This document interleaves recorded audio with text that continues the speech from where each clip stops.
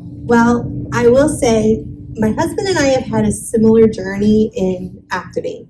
When we did it the first time, we started off, he felt that God was leading him to leave his job. Nope, God didn't have him leave his job.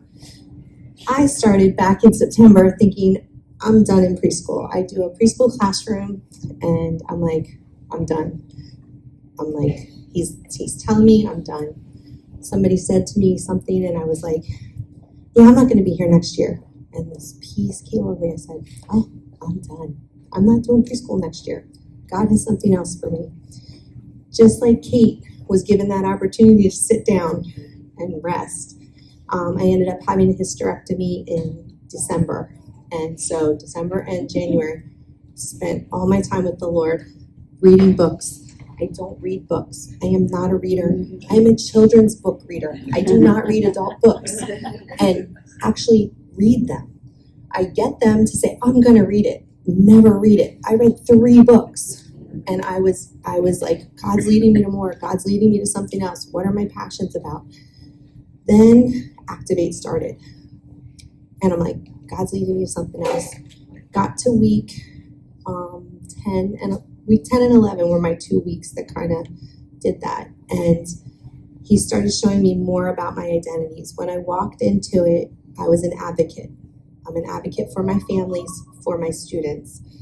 Then at the information meeting for the next session, God gave me a barrier breaker. I was like, what is that? What do you mean barrier breaker?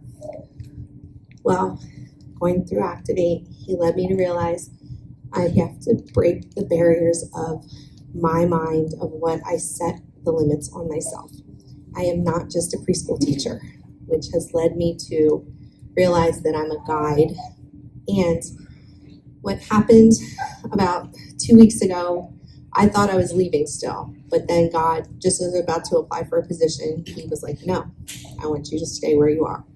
And I'm like, okay. Then 2 weeks ago, he let me see why I'm supposed to stay where I am. I had a parent who reached out to me. I've been in contact with her throughout the year because we do the remind message and everything. And she had lost her dad in the fall, and I let her know that I was praying for her because I had lost my dad as well. Then she was letting me know that her daughter was still sick, and then she let me know that she had a miscarriage. And she was all alone. My heart sank. I then proceeded to, on Sunday, the Sunday after speaking to the mom, speak to 3 different ministries to try and see if I can get some help for her. And through that whole process, I was guiding myself and also talking with those ministries about also reaching out to families who speak Spanish. I was able to connect with someone that was able to call the mom.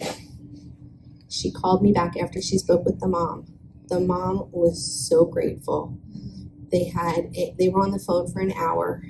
They spoke about, it was somebody from the church here. It turned out that was another God thing because it was like we thought one person could do it, but then unfortunately, even they were a Stephen minister.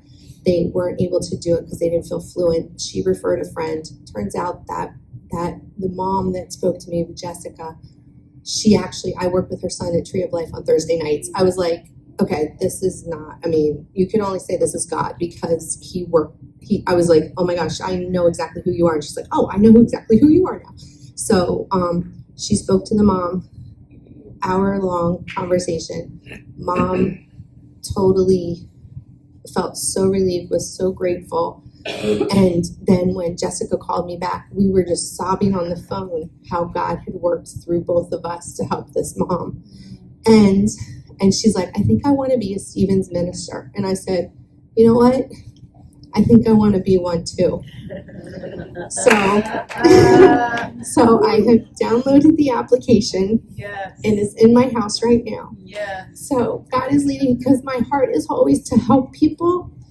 And this is I'm an advocate for people to help them find what they need. I'm a barrier breaker because I need to realize I am more than just a preschool teacher.